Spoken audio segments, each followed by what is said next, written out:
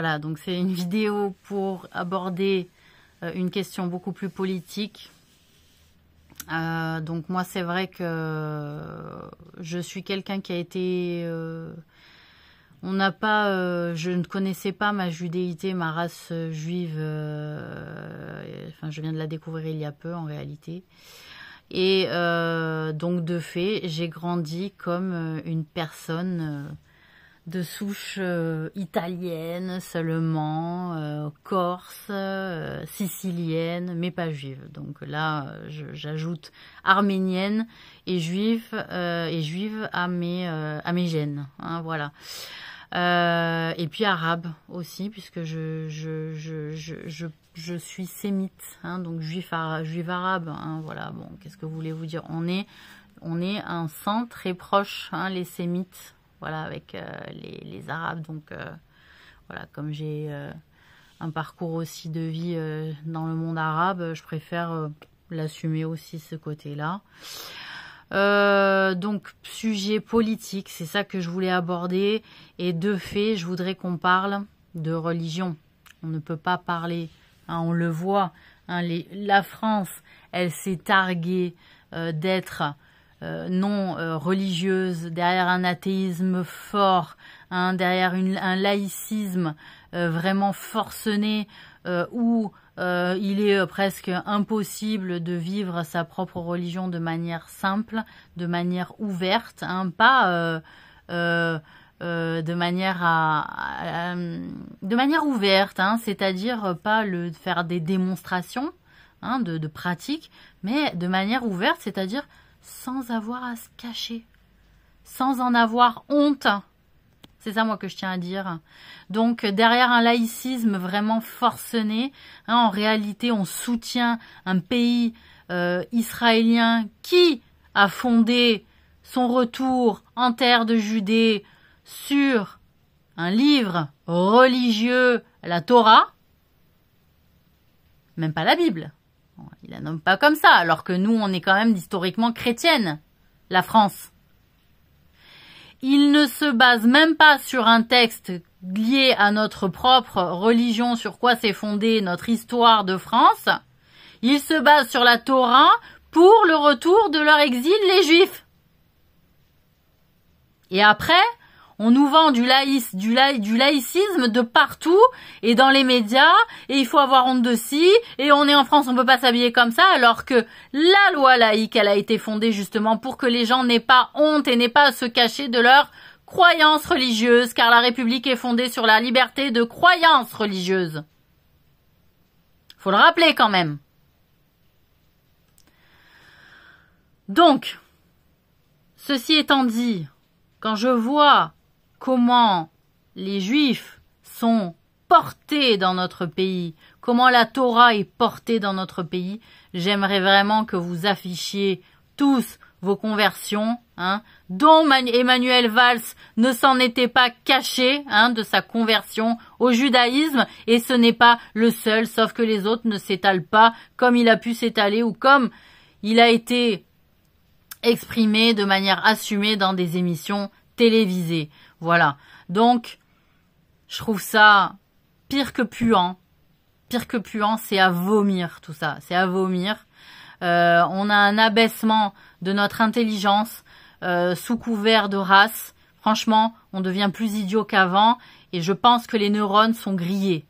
Voilà, les neurones doivent être grillés. Chez certains, je le pense sincèrement. Voilà, parce que quand on tire un pays vers le bas comme on le fait, alors qu'on pense que en suivant et en portant un peuple qui est élu au-dessus des autres, mais pas à faire le mal, à faire le bien, c'était une injonction de Dieu envers les Juifs, en réalité les Juifs ont perdu leur objectif d'incarnation sur terre.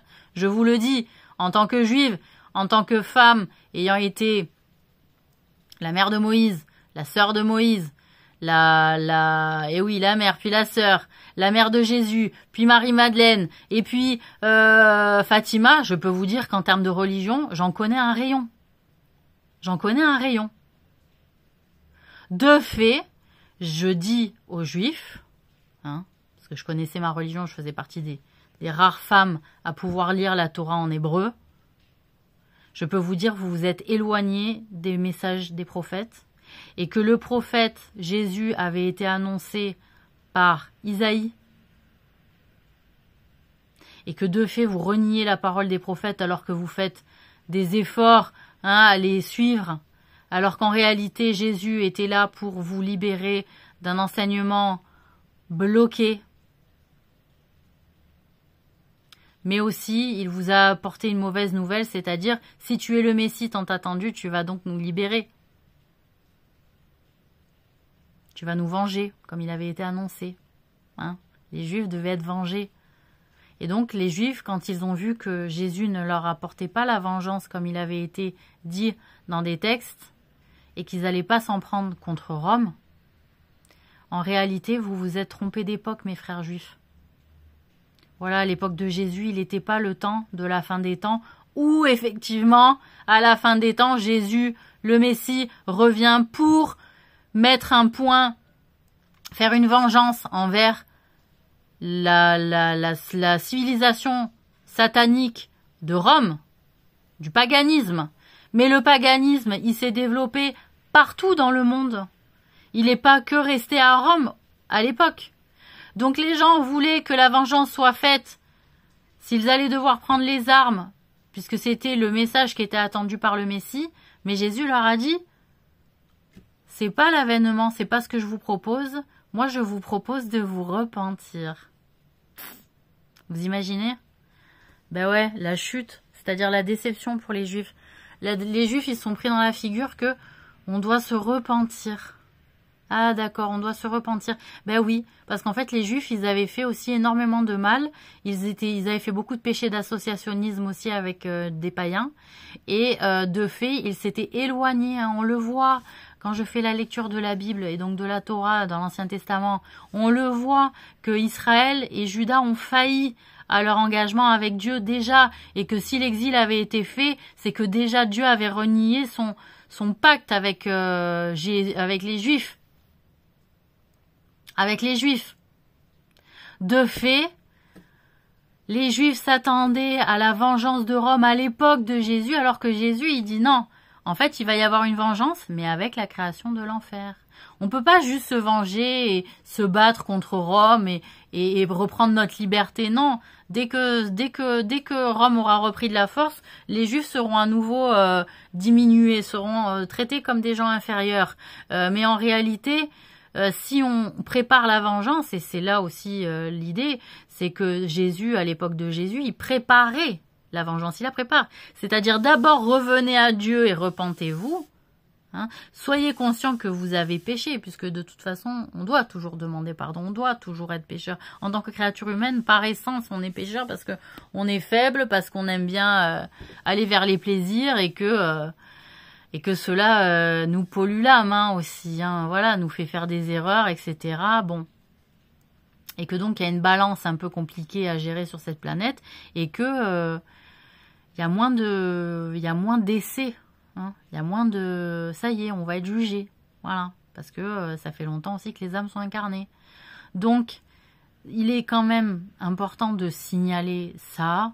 C'est-à-dire, le temps où Jésus il est arrivé, les Juifs attendaient la vengeance en fait envers Rome. Mais en fait, c'était pas le temps puisque Jésus préparait avec son avènement l'enfer. Et que donc, il offrait une opportunité au peuple de se relier entre eux, d'ouvrir la voie aussi du repentir et de la miséricorde et du paradis à d'autres que le peuple juif, mais aussi aux païens. Et il voulait rendre universel parce que l'enfer allait ouvrir ses portes à l'univers. À l'univers. C'était ça le projet aussi de Jésus qui était caché. C'est-à-dire on ouvre les vannes pour que tout le monde, selon ses péchés, aille en enfer et soit puni en enfer. Donc, il y avait un projet invisible et donc organiser, on va dire, une guerre d'autonomisation, une guerre pour reprendre le dessus sur le monde des Juifs sur les Romains. Cela n'était pas, en fait, en réalité, le sujet. Voilà, ce n'était pas le sujet. hein. Jésus, il n'était pas là pour ça, il était pour offrir le royaume de Dieu et un royaume supérieur à ce que il était promis aux Juifs.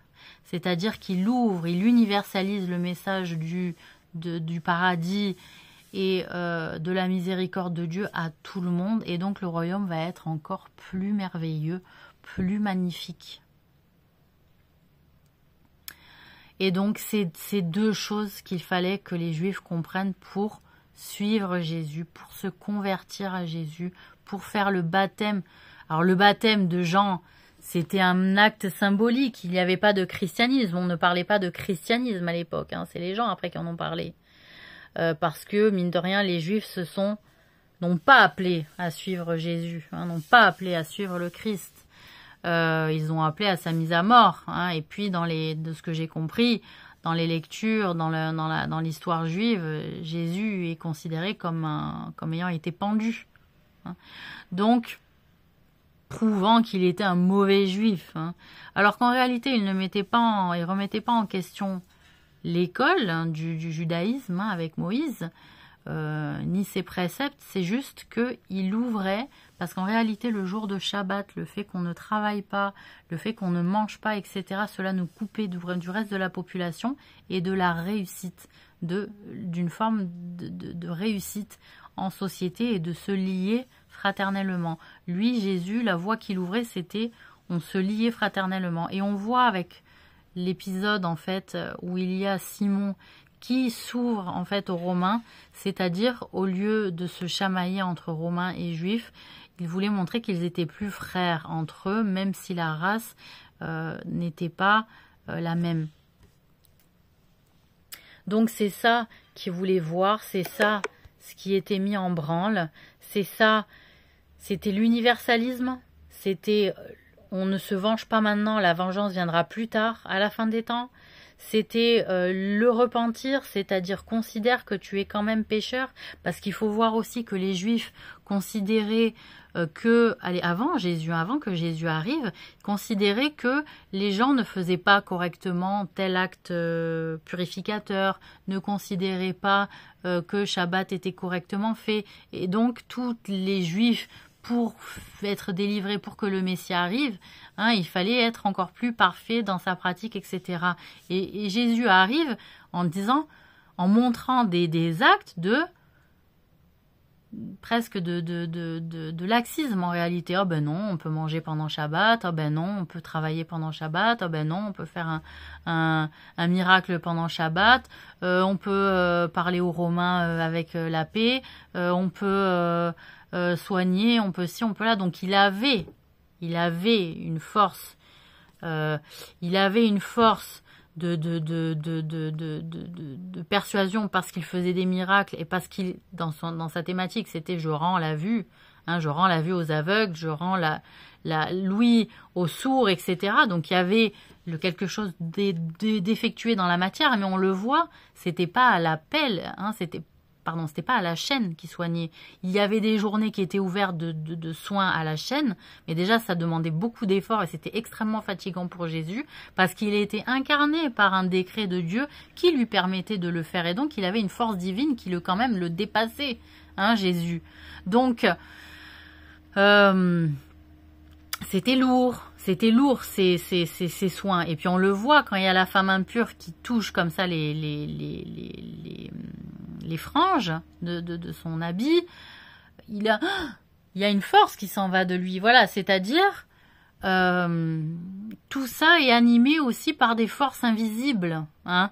Et donc la force invisible, elle est lourde, elle peut être lourde à porter, hein, comme quand on est ensorcelé, parfois on sent un poids plus lourd, etc. Donc tout ça influe sur la foi et les gens ont voulu croire par un renouveau. Ceux qui ont suivi Jésus ont accepté le fait que la vengeance ne soit pas celle attendue, hein, ne soit pas celle qui allait permettre aux Juifs de reprendre le dessus, hein, socialement et politiquement. Donc si vous voulez, il y a eu une énorme déception et c'est pour ça qu'ils sont partis dans la fausse prophétie en fait et qu'ils ont dénoncé, c'est-à-dire on nous avait promis quelque chose de la part de prophètes sacrés, et pourquoi on ne trouve pas au résultat ce qui était attendu? C'est bizarre, cela ne peut pas venir de Dieu. Hein, en réalité, comment Dieu nous donne une parole à un moment donné et nous en offre une autre, nous fait venir autre chose? C'est qu'en réalité, le temps de la promesse n'était pas venu. Et que quand même, Jésus avait malgré tout été annoncé par des prophètes qui avaient annoncé la manière dont il allait être et que l'Esprit de Dieu, l'Esprit des prophètes allait appuyer sa mission messianique. Donc, voilà, il y avait aussi des signes.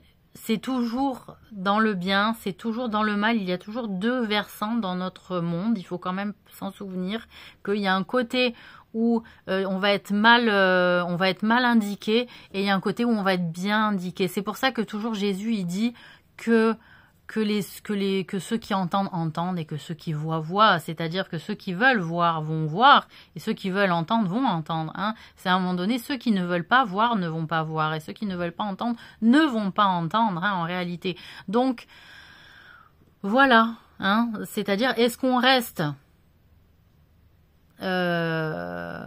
ouvert et on ouvre son cœur par rapport à une autre possibilité que Dieu nous donne, c'est-à-dire que Dieu, lui, son objectif aussi au travers de ce système solaire, c'était la création de l'enfer et ça n'a pas été une mince affaire pour le créer, de juger entre les personnes, de faire en sorte que les gens aient quand même plusieurs possibilités de choisir le bon chemin ou les bonnes décisions plusieurs fois parce que Dieu aime ses créatures et qu'il essaie avant tout de les sauver et que malgré tout, il y a des personnes qui ont persisté dans le chemin, dans le mauvais chemin, voilà, on peut le dire, parce qu'il y a le mal et il y a le bien sur notre terre. Hein. Il y a des choses qui nous font mal et il y a des choses qui nous font du bien. Et c'est comme ça. C'était le cas aussi dans d'autres galaxies, je vous rassure. Hein, ce fonctionnement, il est quand même inhérent et un peu universel. Et voilà. Donc, une déception de la part des Juifs, forcément, Jésus n'arrive pas avec la vengeance escomptée à la faveur des Juifs. Et donc, déception. Et le message de Jésus qui est de dire repens-toi, l'ouverture aux païens, tout ça a fait que il touche une femme impure, il fasse bon voilà, je l'ai déjà dit, mais à participer à ce qu'il y a un rejet. Donc moi j'en appelle aussi à l'intelligence des croyants juifs, hein, des juifs pratiquants, de dire Jésus, en réalité, était un vrai messie pour les Juifs, seulement le message attendu, la vengeance, hein, tout le monde l'attend, tous les croyants l'attendent, la vengeance du messie hein, sur le Dajjal, sur le Shaitan, sur le Vatican, sur Rome, etc., sur tout ce qui est païen, l'attend, hein, le monde entier attend cette vengeance, et en réalité, cette vengeance, elle ne s'est pas voulue du fait de Dieu, pour les Juifs seulement. Cette vengeance, elle va être universelle pour tous les croyants de cette même religion, c'est-à-dire l'unicité de Dieu, croire en l'unicité de Dieu, le monothéisme pur. Hein, voilà, c'est ça la croyance qui nous unit en tant que chrétiens, en tant que, peu importe ce qu'on dit sur les chrétiens, les Juifs et les musulmans. Voilà, et donc ça, normalement, en trois, ça en fait une. Voilà, ça en fait plus qu'une. Et on doit lever son âme au temps qui arrive et être dans la bonne position. Donc ceux qui sont dans la mauvaise position, réformez-vous intérieurement, réformez votre âme. Il a été bien dit dans le Coran que les gens seront jugés en fonction de leur croyances, de leurs livres. Donc même si la religion, elle ne fait plus qu'une, on va pas en inventer une nouvelle maintenant, vous inquiétez pas. Donc vous allez être jugé selon la Torah si vous décidez d'être juif et de suivre la Torah, mais suivez-la correctement. Et si vous voulez être jugé en tant que chrétien, votre foi, elle sera pas touchée, et donc soyez jugé en tant que chrétien, hein.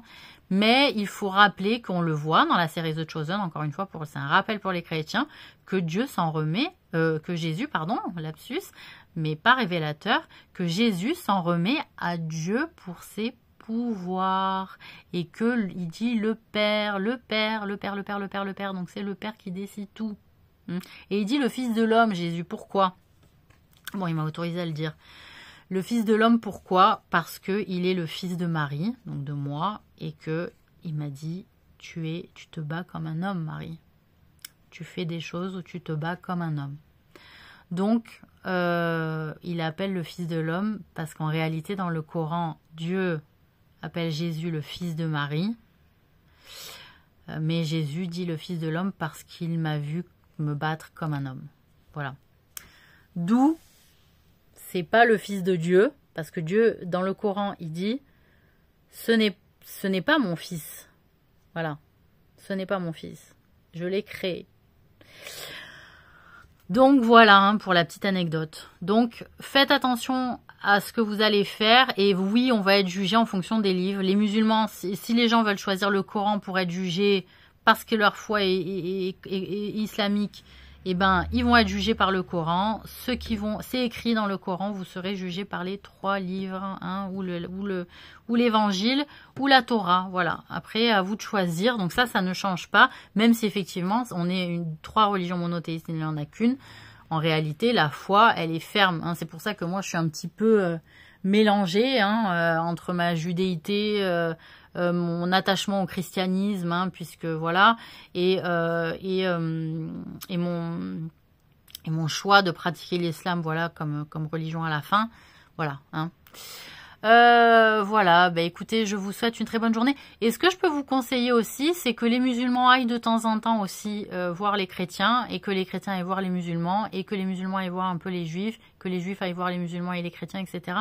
Qu'il y ait un vrai dialogue interreligieux, mais pas seulement entre les gens de science, entre les gens aussi, comme on faisait avant, on se partageait les plats, on se partageait la cuisine, on partageait les quartiers, etc. Et ça, par exemple, ça a été vécu en Algérie, ça a été vécu en Tunisie, ça a été vécu sûrement au Maroc aussi, mais au Maghreb en général ça a été vécu, et en terre de Judée aussi pendant des siècles, les chrétiens, les musulmans, les juifs se sont côtoyés dans la paix. Donc moi j'en ai ras-le-bol de ce Dajjal qui nous casse les pieds et qui est alimenté par tout un tas de gens dans les médias qui se font des courbettes et des sodomies le week-end.